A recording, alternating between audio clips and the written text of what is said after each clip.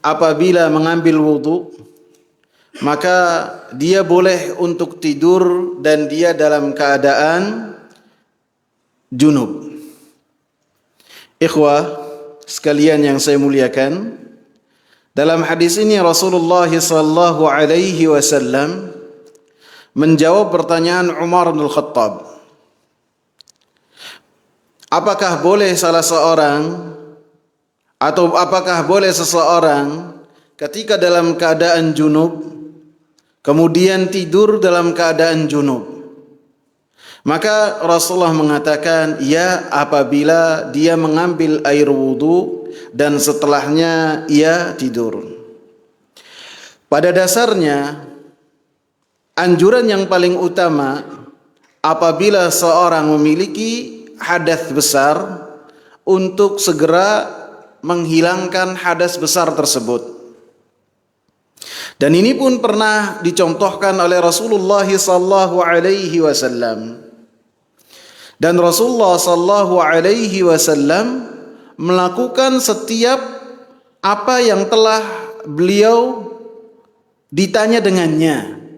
Bahkan terkadang Rasulullah sallallahu alaihi wasallam melakukan hal yang lain dalam rangka memberikan keringanan kepada umatnya. Di dalam hal ini pernah suatu ketika Rasulullah sallallahu alaihi wasallam mendatangi istri-istrinya yang 9, maka dalam satu waktu Rasulullah mendatanginya. Maka disebutkan dalam riwayat-riwayat setelah selesai dari satu istrinya, maka Rasulullah mandi. Kemudian mendatangi istri yang lain setelahnya mandi. Itu adalah keadaan yang paling afdal setelah seorang dalam keadaan junub. Dan terkadang Rasulullah sallallahu alaihi wasallam mendatangi 9 istrinya dalam satu waktu hanya dengan satu kali mandi saja.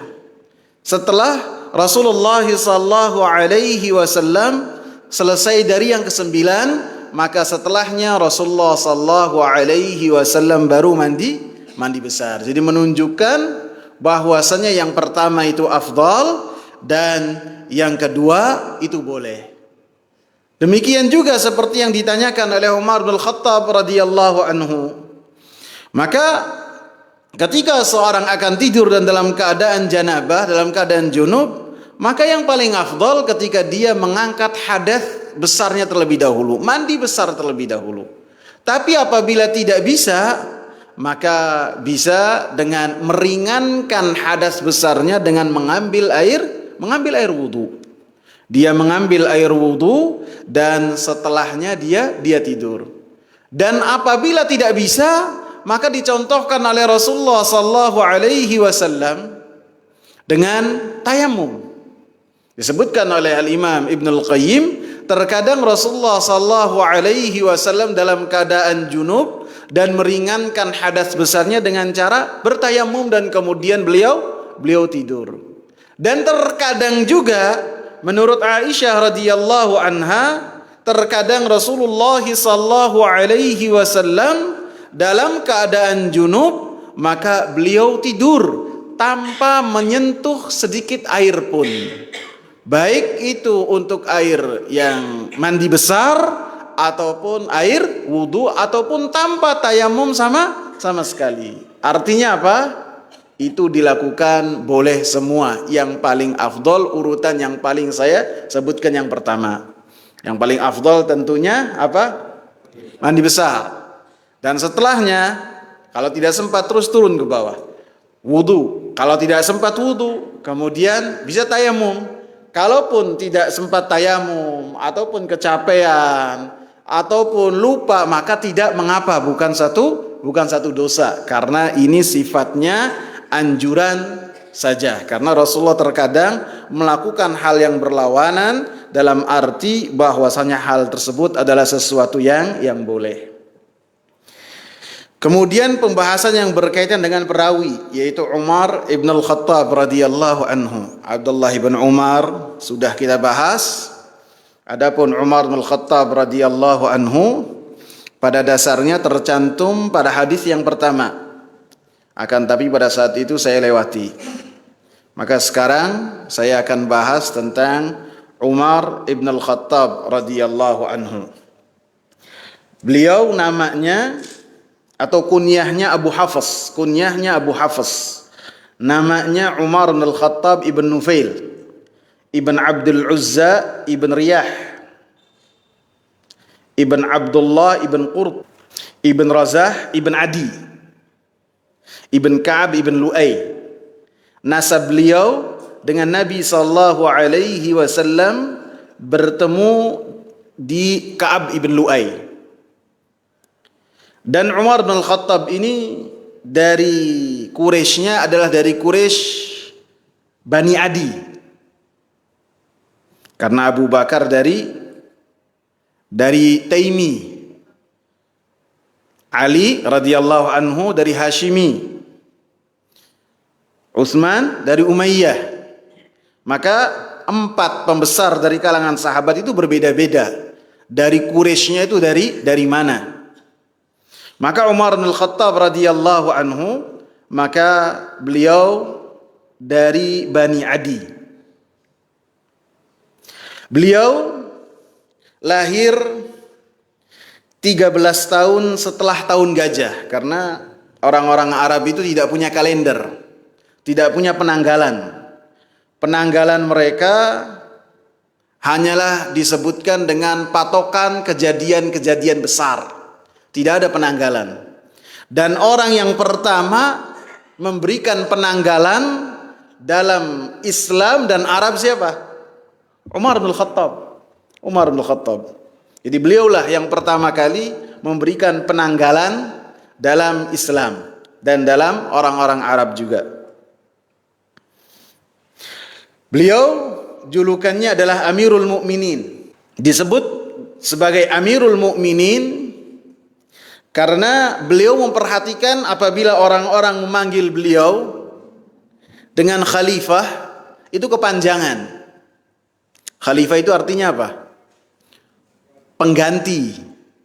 Ketika Abu Bakar wafat, kaum muslimin memanggil Abu Bakar itu ya khalifata Rasulillah, wahai penggantinya Rasulullah.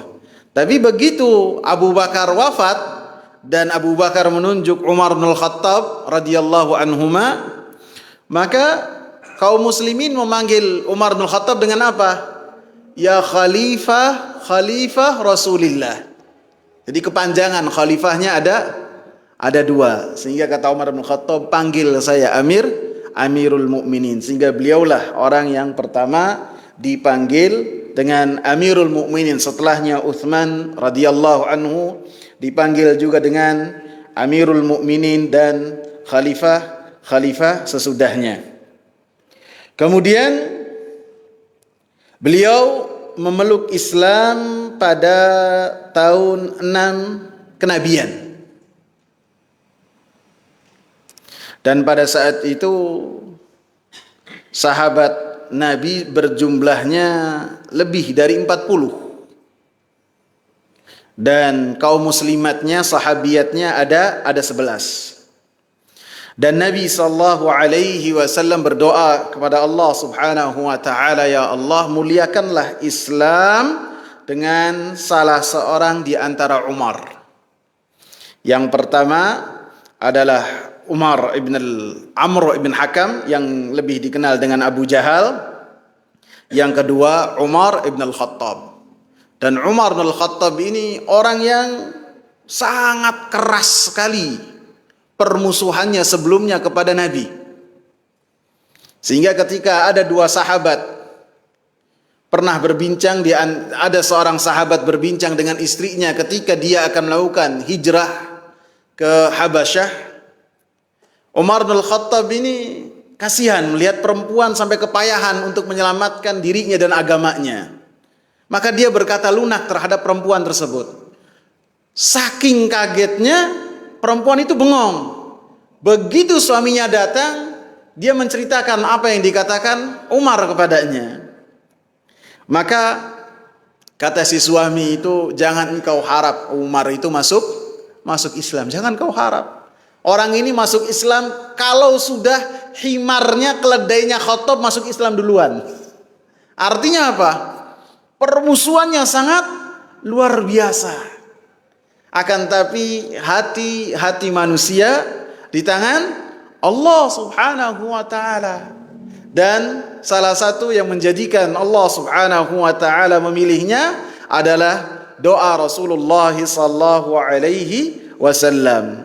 Sehingga para sahabat mengatakan, kami senantiasa dalam keadaan mulia, dalam keadaan dihormati setelah Umar masuk Islam. Kemudian keutamaan beliau sangat banyak sekali. Di antaranya beliau diberikan kabar gembira oleh Rasulullah sallallahu alaihi wasallam sebagai ahli surga dalam banyak hadis. Kemudian Rasulullah sallallahu alaihi wasallam mengikat beliau dengan ikatan pernikahan antara beliau dengan Umar bin Khattab. Dan ini termasuk hikmah dari poligaminya Nabi sallallahu alaihi wasallam, bahwasanya di antara hikmahnya Nabi sallallahu alaihi wasallam mengikat orang-orang kepercayaannya dengan pernikahan.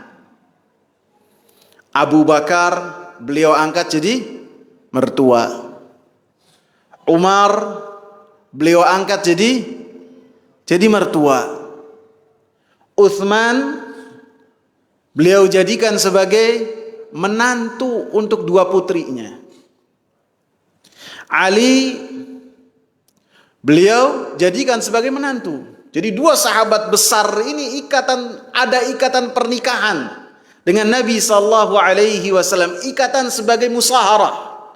Dan orang-orang Arab sangat bangga sekali dengan ikatan pernikahan. Yang namanya dia mengatakan hada sihri. Sihri itu bisa kembali kepada mertua, bisa kembali kepada mantu, bisa kembali kepada ipar. Itu mengatakannya sangat bangga sekali. Sehingga itu semua diikat oleh Rasulullah sallallahu alaihi wasallam. Sehingga ketika Rasulullah menikah dengan bilangan yang banyak 11 kali, bukan menunjukkan bahwasanya Nabi sallallahu alaihi wasallam seperti yang dikatakan oleh sebagian musuh-musuh Islam adalah orang yang suka perempuan. Dan ini pasti terbantah. Karena Nabi sallallahu alaihi wasallam di usia keemasan sebagai seorang laki-laki, beliau hanya beristrikan dengan satu istri. Usia keemasan laki-laki sampai usia 40 dalam biologisnya. Dan dalam keadaan demikian Nabi sallallahu alaihi wasallam hanya beristri satu.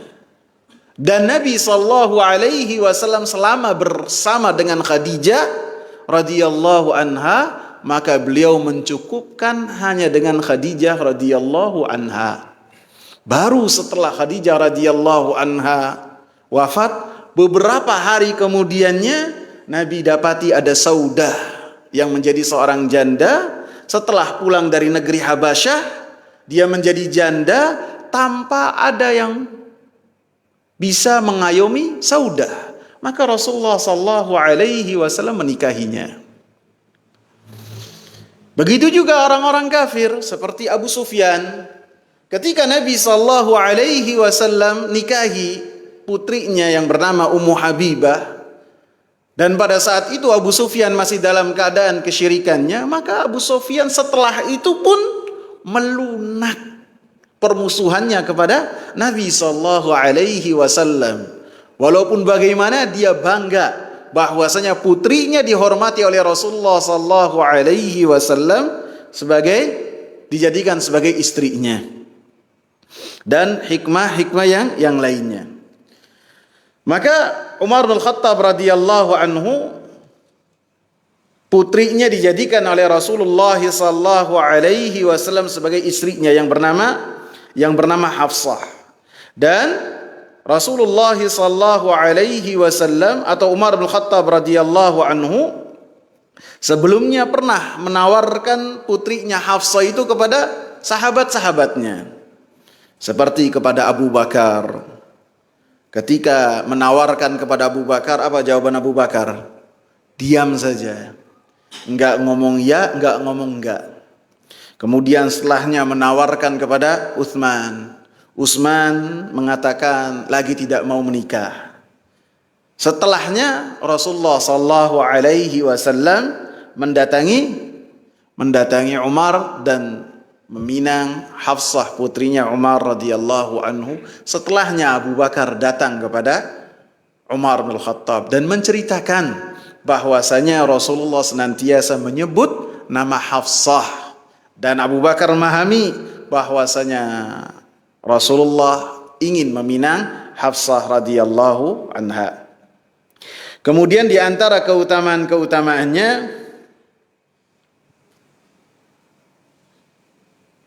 beliau disebut oleh Rasulullah sallallahu alaihi wasallam sebagai orang yang mendapatkan ilham dari Allah Subhanahu wa taala.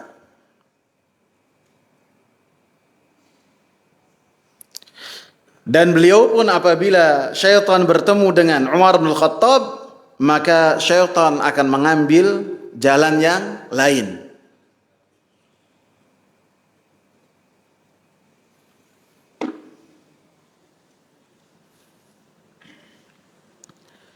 Umar bin Khattab radhiyallahu anhu adalah orang yang ketika memberikan saran kepada Nabi sallallahu alaihi wasallam, maka saran-saran beliau sesuai dengan apa yang Allah Subhanahu wa taala turunkan dalam Al-Qur'an. Seperti ketika kisah Rasulullah sallallahu alaihi wasallam ketika menghadapi tawanan perang Badar. Ada 70 orang-orang Quraisy yang ditawan oleh Rasulullah sallallahu alaihi wasallam. Rasulullah tidak tahu apa yang harus beliau lakukan pada saat itu. Maka beliau bertanya kepada Abu Bakar. Apa jawaban Abu Bakar? Ini bukan orang lain semua nih. Karena perang Badar itu perang yang mempertemukan antar sepupu.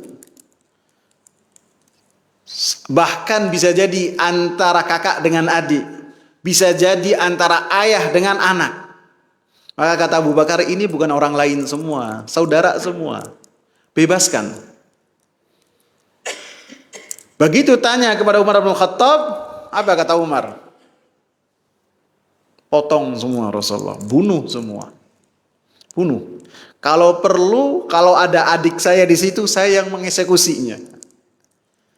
Akan tapi Rasulullah sallallahu alaihi wasallam condong kepada pendapatnya Abu Bakar.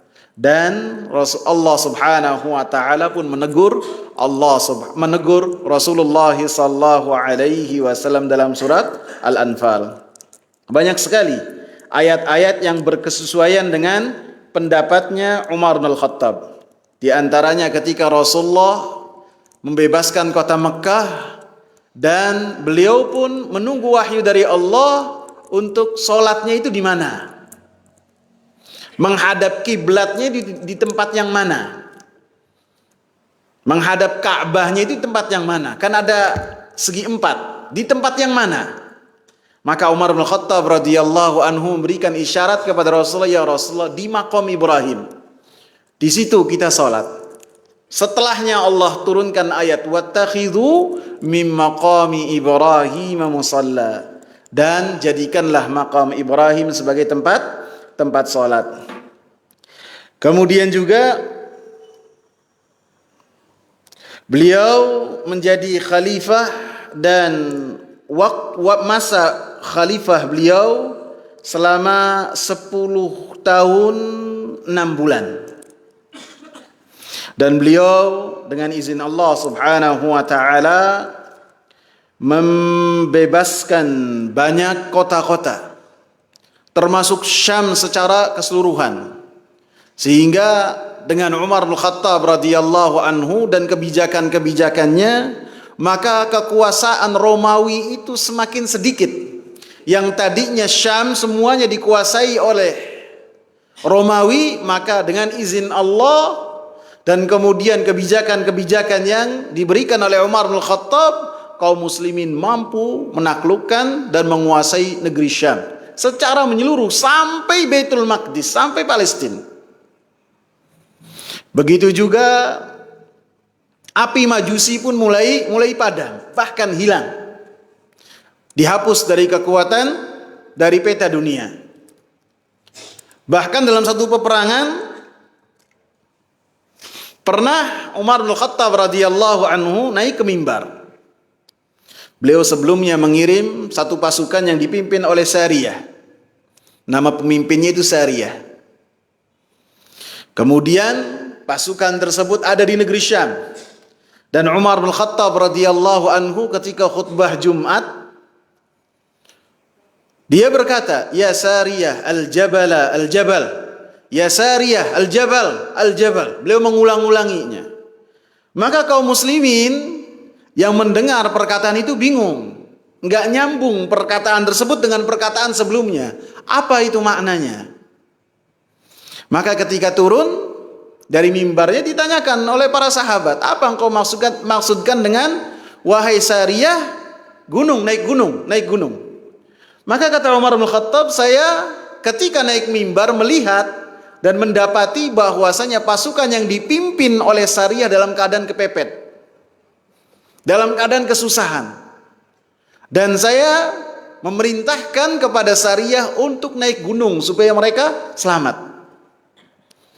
Maka tidak dalam waktu yang lama pasukannya Sariyah ini memberikan kabar kepada kaum muslimin di kota Madinah bahwasanya mereka mendapatkan kemenangan. Dan mereka pun memberikan kabar bahwasanya ketika dalam keadaan kepepet dalam satu peperangan, mereka mendengar suaranya Umar ibn al-Khattab. Jaraknya berapa ya kawan? Dari Madinah ke negeri Syam.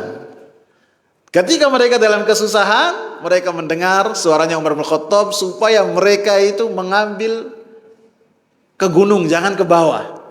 Kalau ke bawah bisa binasa. Akhirnya mereka mengikuti anjuran dari Umar bin Khattab. Ini namanya apa ikhwan? Karomah. Ini namanya karomah. Karomah itu sesuatu yang terjadi yang di luar nalar manusia, yang Allah subhanahu wa ta'ala berikan kepada wali-walinya Allah subhanahu wa ta'ala. Agak mirip dengan mukjizat. Kalau mukjizat itu untuk para nabi, dan mukjizat itu bisa diulang-ulang. Kalau karomah tidak bisa diulang-ulang, sekali saja. Untuk nyoba lagi tidak bisa. Kemudian beliau wafat pada tahun ke-23 Hijriyah. Beliau wafat ketika beliau sholat subuh ditusuk oleh seorang majusi yang bernama Abu Lu'lu'ah, dan nama dia itu Fairuz.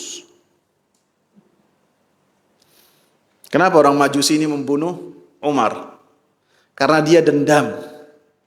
Majusi yang dia banggakan dipadamkan apinya oleh Umar ibn al-Khattab. Maka dia masuk ke kota Madinah, kemudian membunuh Umar bin al-Khattab radhiyallahu anhu.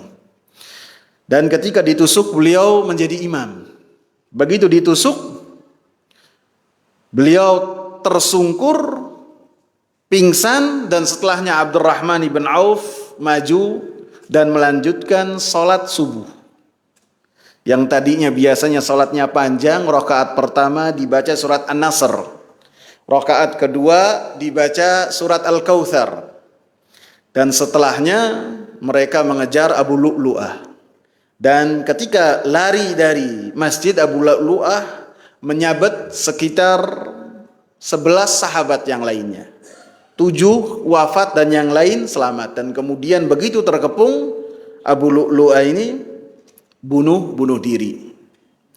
Dan 4 hari sudahnya maka Umar bin Khattab radhiyallahu anhu wafat. Dan ketika wafat yang menyalati beliau adalah Suhaib ibn Sinan Ar-Rumi.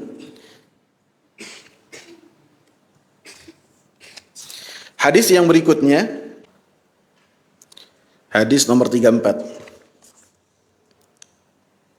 An Ummi Salamah radhiyallahu anha, dari Ummi Salamah radhiyallahu anha, zaujin Nabi sallallahu alaihi wasallam, istri Nabi sallallahu alaihi wasallam, qalat, beliau berkata, Ja'at Ummu Sulaim, datang Ummu Sulaim, imra'atu Abi Talhah, istrinya Abu Talhah, ila Rasulillah sallallahu alaihi wasallam, kepada Rasulullah sallallahu alaihi wasallam.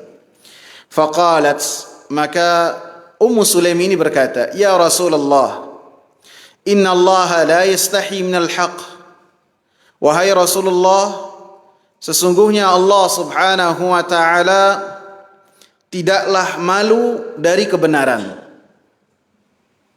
Fahal 'alal mar'ati min ghuslin idza hiya ihtalamat? Apakah wajib bagi seorang perempuan mandi janabah apabila dia mimpi seperti mimpinya para lelaki? Faqala Rasulullah sallallahu alaihi wasallam, maka Rasulullah sallallahu alaihi wasallam menyatakan, na'am, iya. Idza ra'atil ma', apabila perempuan tersebut melihat air ataupun sperma ataupun sel telur. Dari hadis ini disebutkan, nanti kita bahas hadis terlebih dahulu, setelahnya akan kita bahas tentang perawi apabila ada waktu. Dalam hadis ini disebutkan tentang keberaniannya orang-orang Ansar, perempuan-perempuan Ansar, yang mana mereka ketika menuntut ilmu tanpa ada sungkan dan malu sedikit pun.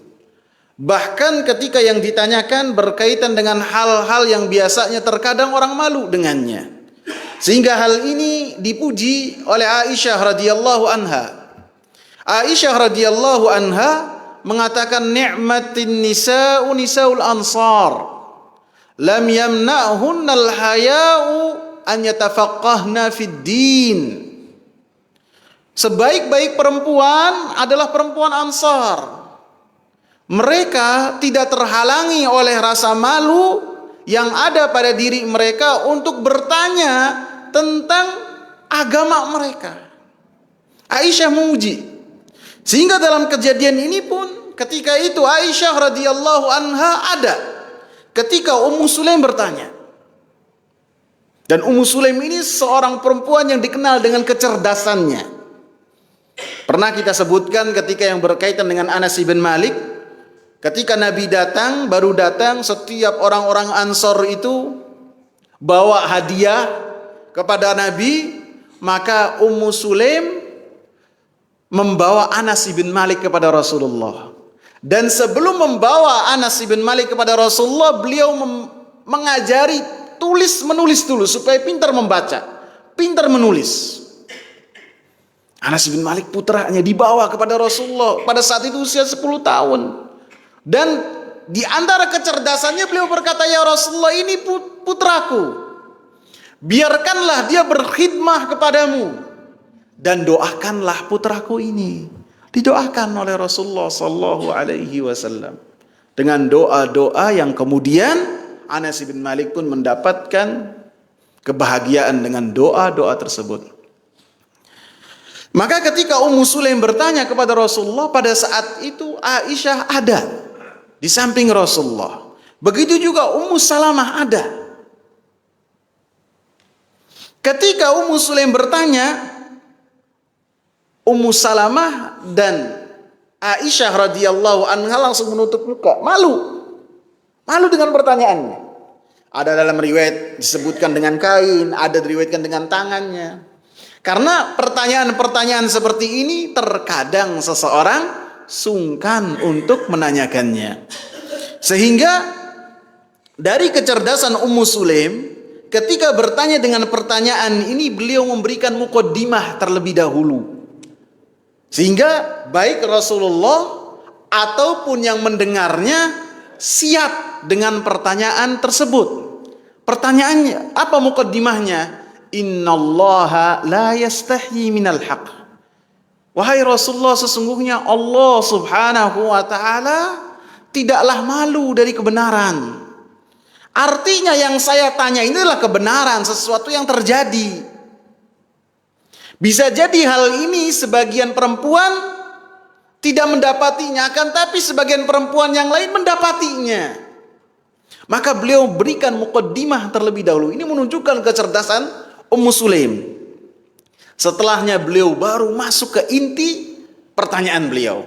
Fahal 'alal mar'ati min ghuslin idza talamat, apakah wajib bagi perempuan itu mandi besar, mandi janabah apabila dia dalam tidurnya melihat dirinya berhubungan badan ataupun melihat sesuatu yang dengannya syahwatnya itu naik? Apakah hal tersebut menjadikan dia itu wajib mandi besar ataupun mandi janabah? Maka Aisyah radhiyallahu anha dan Ummu Salamah pada saat itu langsung serentak bertanya kepada Rasulullah, wahai Rasulullah, apakah perempuan itu mereka akan mimpi basah juga? Ini Aisyah dan Ummu Salamah langsung bertanya. Artinya hal ini terkadang didapat oleh perempuan, terkadang juga tidak didapat. Maka Rasulullah langsung menjawab kepada Aisyah dan Ummu Salamah terlebih dahulu, na'am, ma umra'atin asfaru raqiq, yang keluar dari farji mar'ah, farji perempuan, beda dengan laki-laki, kuning dan lembut. Rasulullah sallallahu alaihi wasallam langsung menyebutkannya. Maka setelahnya Rasulullah sallallahu alaihi wasallam langsung menjawab kepada apa yang ditanyakan oleh Ummu Sulaim. Beliau pun mengatakan, na'am, iya, wajib apabila dia itu melihat seperti apa yang dilihat laki-laki dalam mimpinya dan syahwatnya juga naik seperti yang dirasakan oleh laki-laki dalam tidurnya, maka kata Rasulullah wajib idza ra'atil ma, dengan ketentuan dia itu melihat ada bekas air ketika dia bangun. Ketika dia sadar kemudian dia mendapati sebagaimana sebagian laki-laki mendapati ada tanda bahwasanya dia keluar dari dirinya sperma, maka dari perempuan pun sama. Artinya apabila seorang perempuan ataupun laki-laki melihat dalam mimpinya perkara-perkara yang dengannya bisa jadi syahwatnya itu bangkit, atau misalnya hubungan badan ataupun yang lainnya, ketika dia tersadar tidak ada bekas sperma sedikit pun, maka tidak wajib mandi. Ini yang disebutkan oleh Rasulullah sallallahu alaihi wasallam. Dan dalam hadis ini juga banyak pelajaran. Yang pertama, di sini disifati bahwasanya Allah Subhanahu wa taala memiliki sifat malu. Karena Ummu Sulaim mengatakan innallaha la yastahi minal haqq, bahwasanya Allah Subhanahu wa taala tidak malu dengan kebenaran. Artinya Allah Subhanahu wa taala memiliki sifat malu yang sifat malu tersebut tidak serupa dengan sifat malu selain Allah Subhanahu wa taala. Laisa kamitslihi syai'un wa huwas samiul basir. Tidak ada dan tidak serupa sifat-sifat Allah Subhanahu wa taala dengan apapun juga, dan Allah Subhanahu wa taala Maha mendengar dan Maha melihat. Pelajaran yang berikutnya dari hadis ini, bertanya tentang ilmu kepada ahli ilmu apabila dia jahil dengannya dan dia butuh terhadap tambahan penjelasan. Karena pada hakikatnya setiap orang yang tidak mengetahui seperti yang ditanyakan oleh Ummu Sulaim, maka pada saat itu beliau tidak mengetahuinya dan kemudian bertanya kepada Rasulullah sallallahu alaihi wasallam. Dan ini perintah buat kita semua juga. Fas'alu ahla dzikri in kuntum la ta'lamun. Bertanyalah kepada ahli ilmu, ahli zikir, apabila kita tidak mengetahui apa yang ada pada permasalahan yang ada pada diri kita. Yang berikutnya adalah ketika seorang bertanya, maka upayakan ketika bertanya itu bertanyanya dengan penuh kejelasan.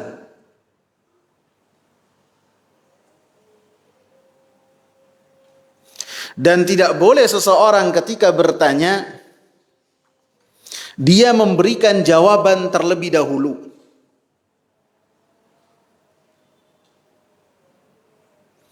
Ada sebagian orang ketika bertanya, tidak bertanya akan tapi yang saya ketahui demikian. Kemudian apa pendapat antum, Ustaz? Ada nggak yang bertanya demikian?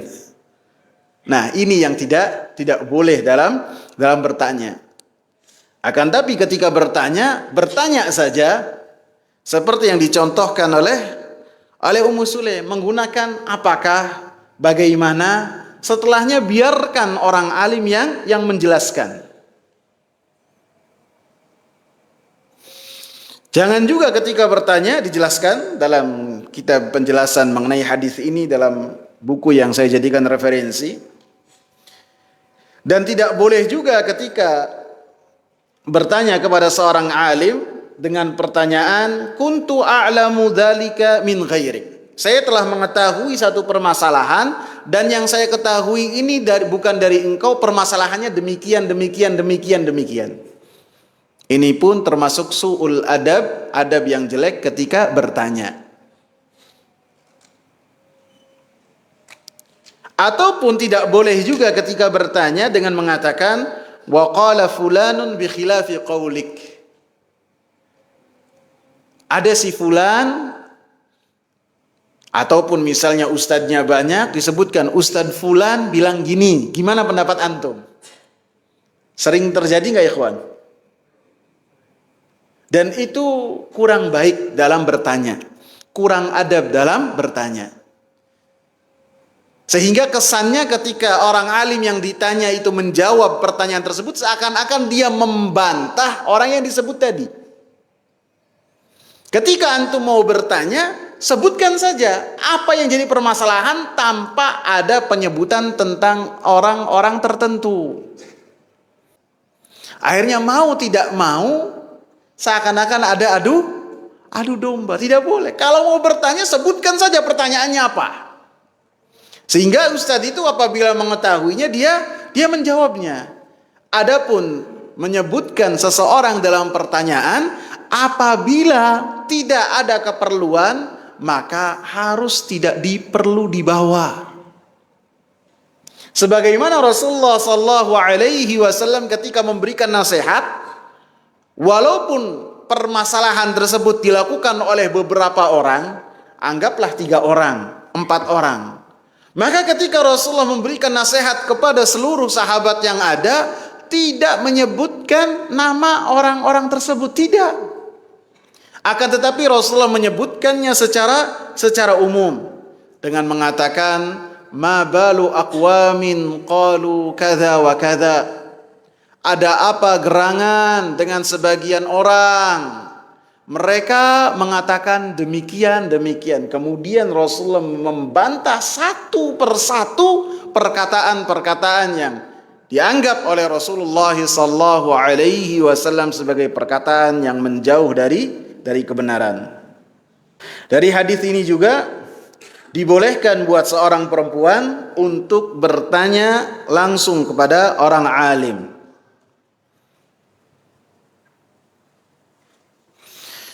Baik bertanya tentang pertanyaan-pertanyaan yang sangat khusus buat perempuan seperti yang ditanyakan oleh Ummu Sulaim ataupun pertanyaan-pertanyaan yang lainnya.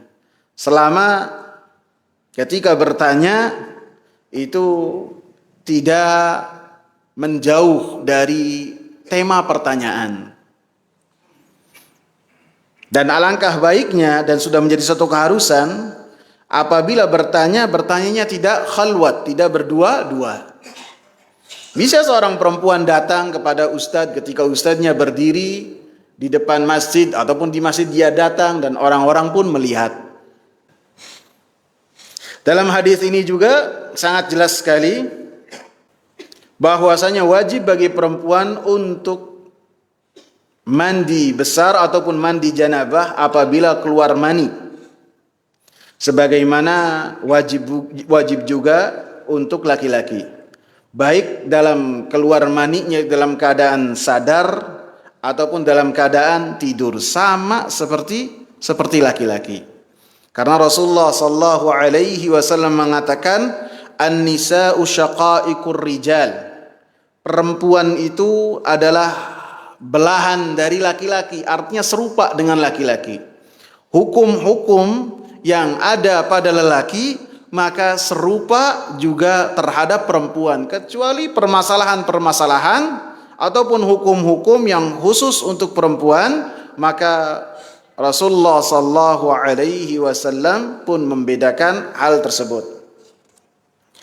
Di dalam hadis ini juga disebutkan bahwasanya ketika seorang bertanya tentang pertanyaan-pertanyaan yang sifatnya itu khusus ataupun sifatnya itu terkadang orang malu dengannya, maka hendaklah memberikan satu muqaddimah yang muqaddimah tersebut menjadikan seorang yang ditanya dan mendengarnya siap dengan pertanyaan tersebut. Dari mana muqaddimahnya itu? Kata pengantarnya itu ada. Tidak langsung masuk ke pertanyaan akan tapi mengatakan apa?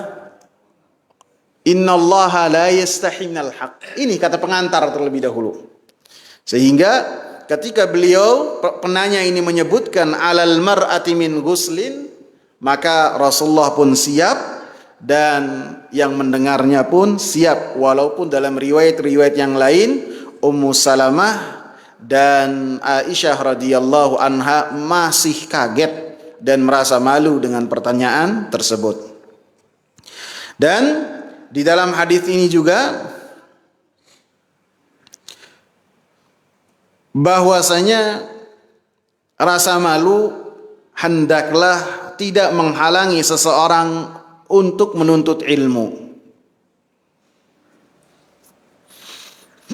Baik dalam dia menuntut ilmu, baik dia dalam menghadiri majelis ilmu, ataupun dalam bertanya tentang pertanyaan-pertanyaan yang sifatnya pribadi, maka hendaklah dia bertanya dan rasa malu tidak menghalangi hal tersebut. Karena dikatakan oleh Al-Imam Mujahid rahimahullah, la yanalul ilma mustahyin au mustakbir. Tidak akan mendapatkan ilmu seseorang yang dia itu malu untuk menuntut ilmu. Dia menghadiri majelis ilmu malu, bertanya malu, maka orang-orang yang demikian tidak akan mendapatkan ilmu. Au mustakbir, ataupun orang yang sombong, dia tidak akan mendapatkan ilmu. Perawinya adalah bernama Ummu Salamah. Ummu Salamah ini kunyah karena putra beliau namanya Salamah. Dan suami beliau yang pertama atau namanya nasabnya dulu ya. Ummu Salamah binti Abi Umayyah ibn Hisham ibn al-Mughirah ibn Abdullah ibn Umar ibn Makhzum. Disebutkan dalam kitab ini Al-Quraisyiyah Al-Makhzumiyah. Jadi dia itu adalah perempuan Quraisy yang Quraisynya itu Makhzum. Kalau Umar bin Khattab tadi siapa? Jazakumullah khair. Dari Bani Adi. Adapun Ummu Salamah ini dari Bani Makhzum. Beliau dinikahi oleh Rasulullah sallallahu alaihi wasallam di bulan Syawal pada tahun keempat Hijriyah. Setelah suaminya wafat dalam perang Uhud. Kemudian ketika Rasulullah sallallahu alaihi wasallam datang ke Ummu Salamah, maka Ummu Salamah radhiyallahu anha mengatakan, "Ya Rasulullah, inni musbiyah." Saya itu memiliki banyak anak. Anak beliau 3 pada saat itu. Ada Salamah, ada Amr, ada Zainab. Wa inna li ghirah, dan saya itu punya rasa cemburu yang luar biasa. Maka Rasulullah sallallahu alaihi wasallam mengatakan, adapun anak-anak engkau maka saya akan menanggungnya. Adapun rasa cemburu engkau, saya akan berdoa kepada Allah Subhanahu wa taala supaya Allah Subhanahu wa taala menghilangkan rasa cemburu tersebut. Dikatakan oleh Sa'id ibn al-Musayyib bahwasanya Ummu Salamah radhiyallahu anha termasuk orang perempuan yang sangat cantik di kalangan orang Arab. Dan beliau itu sangat dikenal dengan kecantikannya.